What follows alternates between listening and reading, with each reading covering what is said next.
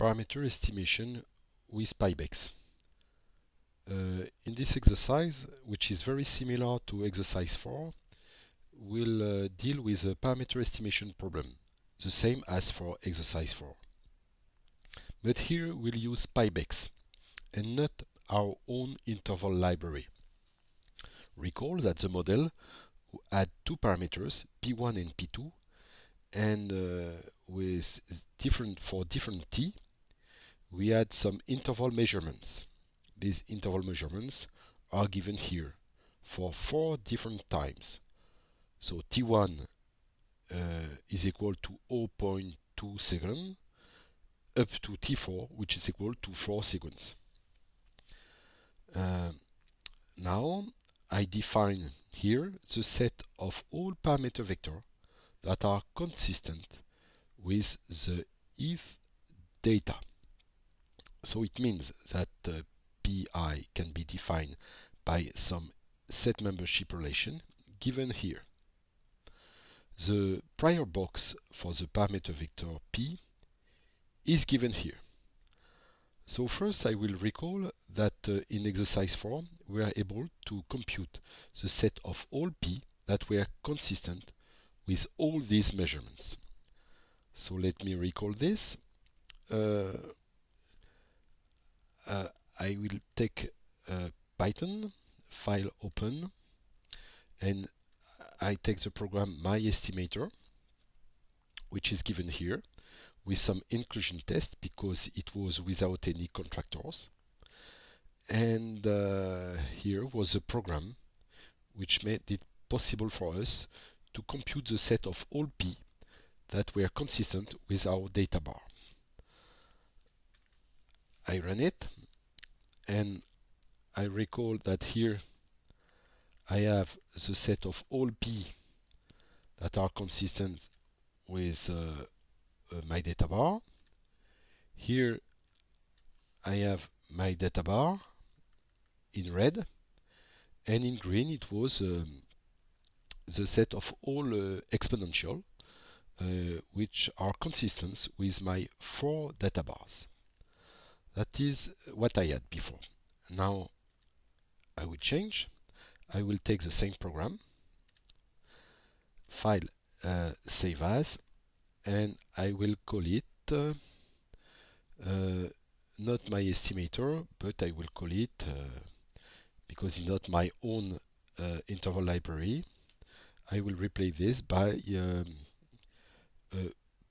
pyibex estimator. Of course, I will have to remove different things. I will remove this test. The CVA, I don't need it anymore. Draw input also. So I will keep this. Draw figure, okay, I remove different things. This, I will keep it for later. This also.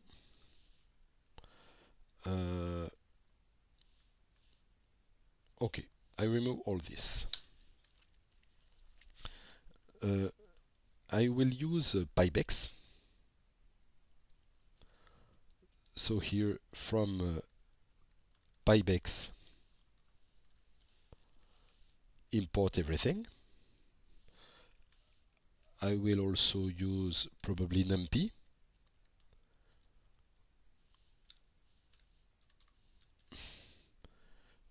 As so import numpy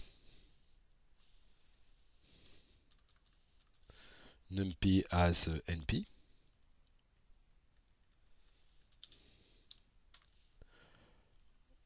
From vibes I import also vibes.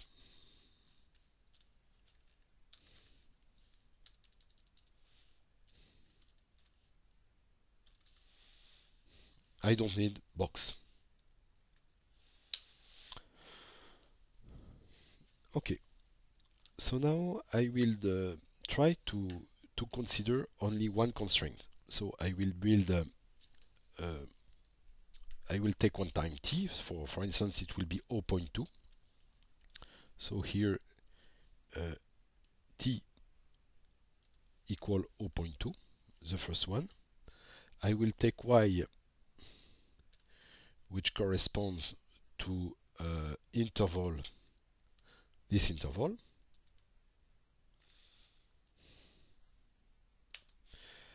I will build my function f. So f corresponds to the model. It will be a function with input, it will be p1.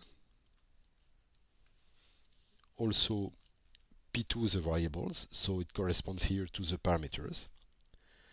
And the function is given by the following expression. It will be p1 times exponential p2 times t. But t here is a floating point number, so I will put this, which means a floating point number. And this floating point number is t. So it will be here t, which corresponds here to 0.2, of course. But it will change. That's why I write it in this way. Now I will build my separator. My separator is sep. I will take the forward-backward method for contraction. Forward-backward. And I will have the function f and the interval y, because I have to solve f of p is inside the interval y. Now I will initialize vibes for drawing, and py I will run a Civia, py Civia of x0, so I will take for instance this box p given here.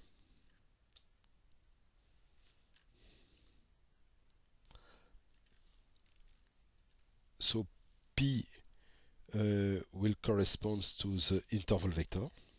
So box is not allowed by ibex, it was my old interval library, but here I will write p equal interval vector as I will have here minus 3, 3.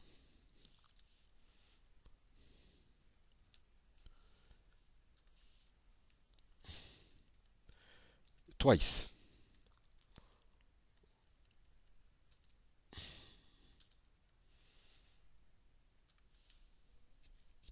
Okay, I will close the parentheses.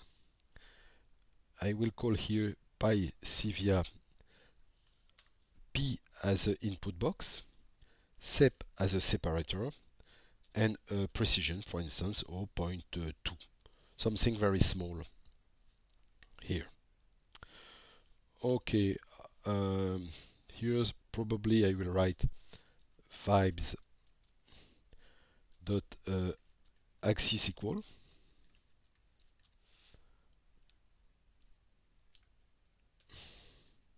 Here it is capital I. In fact, I did not use any function from numpy, so I can remove this. I run the program, and I can see here the set of all parameters that are consistent with the first data bar. It corresponds to P1 in this exercise given here. I mean the set of all P that are consistent with y at time 0.2. So I have to do the same for each I, so probably I will do it for only 2. So for the second one, I have to replace here by 0.7, 0.8, 0.7, 0.8, and the corresponding data is 1. So here I will have P2.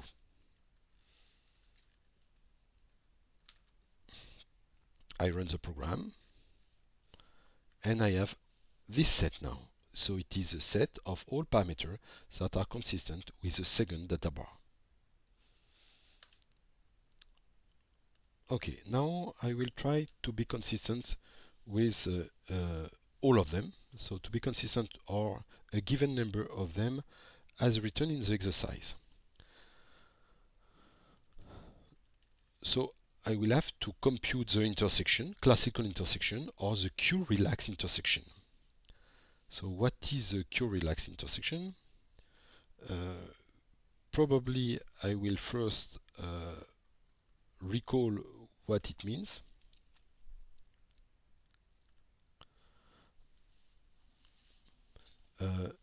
So I will draw here a set.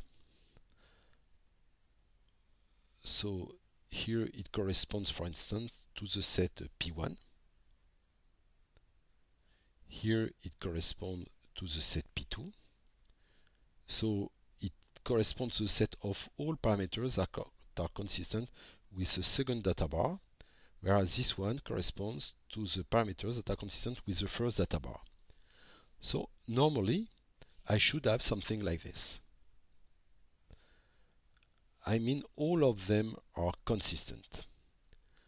So if I look at the classical intersection, it corresponds to this, what is written in red. But sometimes I will have some outliers. I mean the true value is probably inside the red set, but I assume, for instance, that P4 is like this. So this is P4. Whereas this one corresponds to P3.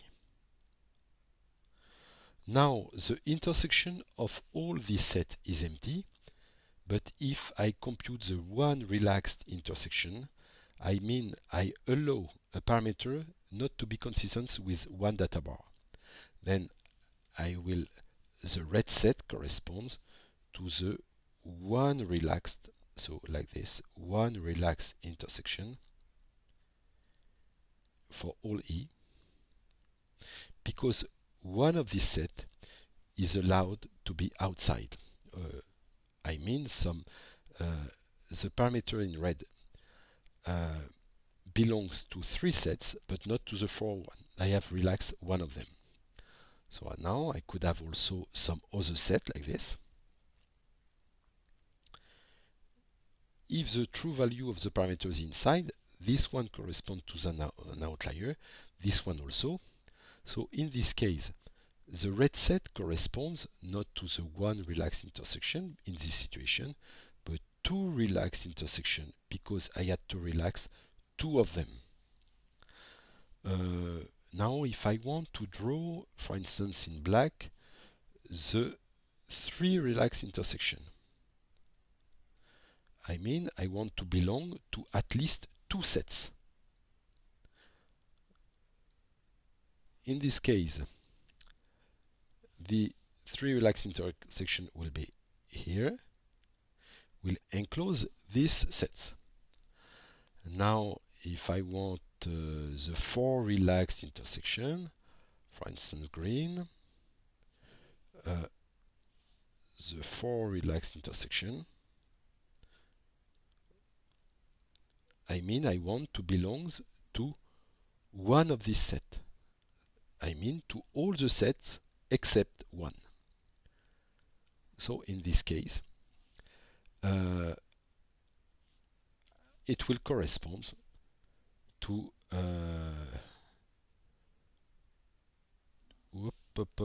excuse me, in the previous example, here it was also inside and this one also. Now the four relaxed intersection will be here, here, here, and here. Okay. So I have to compute this. I come back to my program. All my constraints will be put in an array.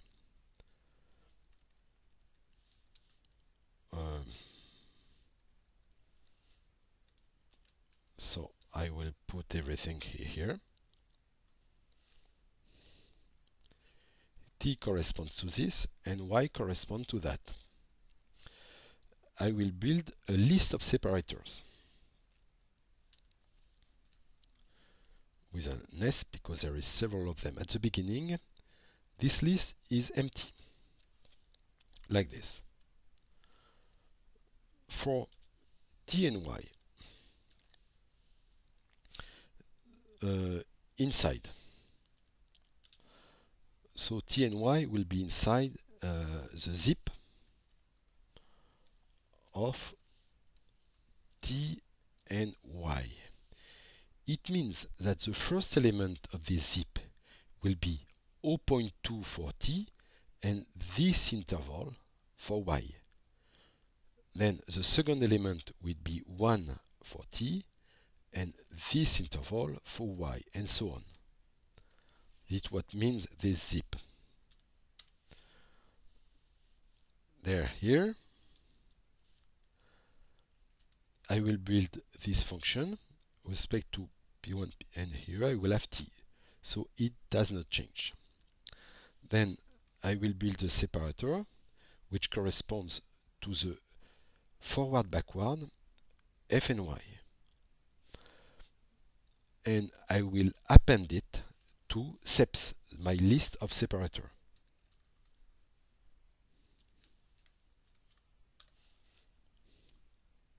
Okay. Now, since I have all of them, I will build my separator, sep, I will call it sep once more, as it will correspond to the sep Q intersection, so given here, with respect to its the syntax of pyibex, and I will put as an input my list of separators. Here, since this object has a special structure, I will add as an attribute Q, means the number of sets I want to relax. So for instance, it could be 0. Then I will be able to compute the classical intersection, because when Q equal to 0, I have the classical intersection. So excuse me, here it's a dot instead of an equal. Okay, this new figure, I will call it Q intersection.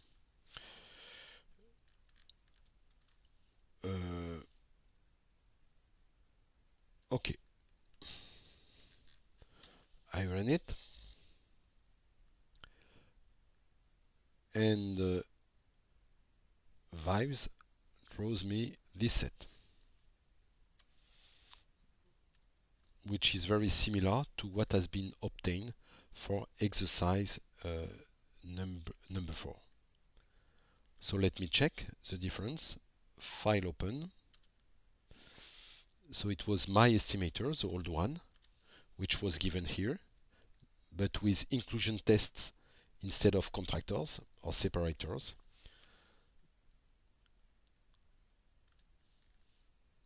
Okay, but so it was similar, but here also I have drawn in this example the set of data bars, but I will not draw these data bars anymore in this new exercise. So let me recall that for different value of Q, for instance for Q equal 1, I was able to draw so in the previous example, this one. So it takes time due to this one, and here I had some problem to prove anything around this area. So we'll see what we have for separators now. So this is without separators, with my old interval library.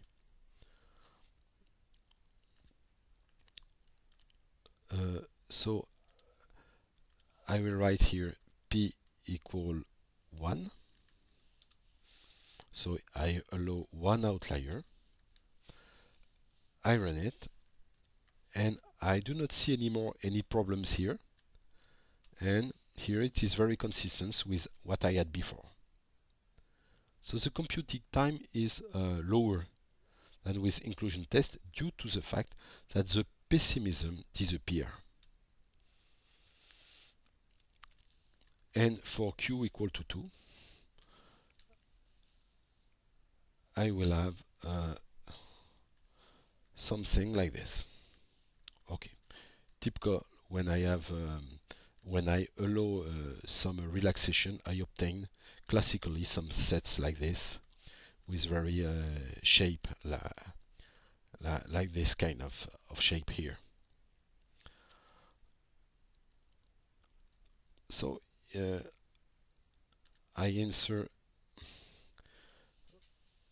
I computed the Q-relax intersection for this one,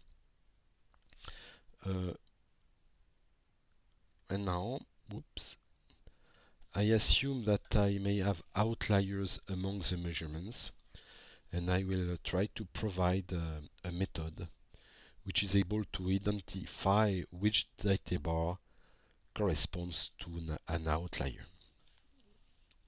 To detect outliers, classically we use the Gomney estimator. Gomney, which means guaranteed outliers minimal number of outlier minimal number estimator. So it means that I compute the smallest q such that the relaxed intersection is not empty. So in this situation, it corresponds to 2 because the 2 relaxed intersection of the pi is different from the empty set. So as we can see, P1 is consistent, so this corresponds to this set here. So P1, P2 and P3 are consistent with this set, but not P4, neither is P5. Okay. So the idea to check that, for instance, the 4th data bar is an outlier, what I will do, I will compute the relaxed intersection by 2 of all Pi, and I will intersect with Pg. Okay. If this is empty, it probably means that G corresponds to an outlier. If it is different from the empty set, then it means that G is not an outlier. An outlier, whereas this one corresponds to an outlier. If I apply this strategy, it means that P4 and P5 will correspond to outlier, where the first, second, and third data do not correspond to outlier. So in fact, what I will do now is I will compute this using separators to check if I have an outlier or not. So I will come back to my Python program, and I will add some intervals. For instance, I will add also 5 data, 3 data, 5, 6, and 7. I will assume, for instance, that so I will add several intervals. This one I know that are almost equal to 0, so I will generate one which is not outlier, and so for instance this one will not be an outlier, so I will write for instance this, it is not an outlier, and here I will write as an interval 1, 2 and 1, 2. It corresponds, of course, due to the fact that my solutions are decreasing exponentials. It means that these two of them, I know that they should be outlier. So in fact, if I compute the classical relaxed intersection with 0, I will obtain the empty set. That's what I obtain, nothing, no solutions. If I write 1, since I generated two outliers, I compute it once more, I will have no solution again. But if I ask for two outliers and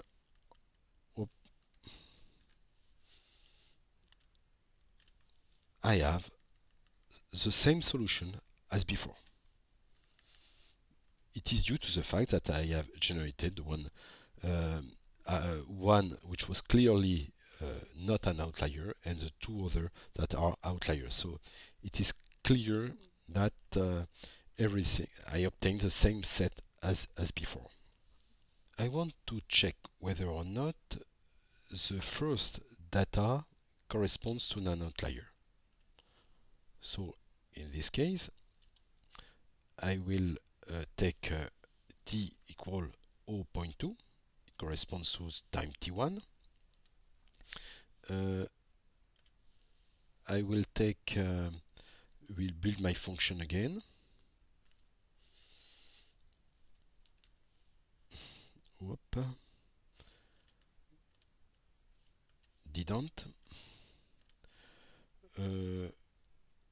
And here for the interval, I will take the first interval here.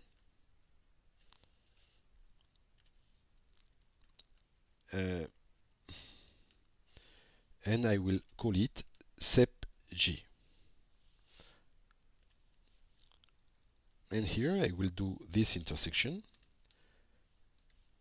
sep g. If this set is not empty, it means that the first data is not an outlier. I run, I have this one, I obtain the same set, so it means that it is not an outlier. Okay. I want to check now with, for instance, the last data bar. So it will be 7 and this interval, 1, 2, 6 or 7. Okay, so here I will write for the last data bar 7, 1 and 2. I run it. I obtain with vibes that the set is empty, so it means that the last data bar is not consistent with what proposed Comne as the set of all feasible parameters. So the last data bar is an outlier. What about the previous one, 6?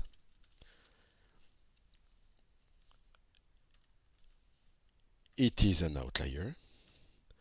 And what about the number 5? Okay. I run it.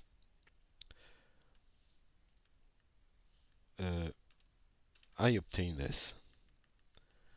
It means that the number 5 is not an outlier.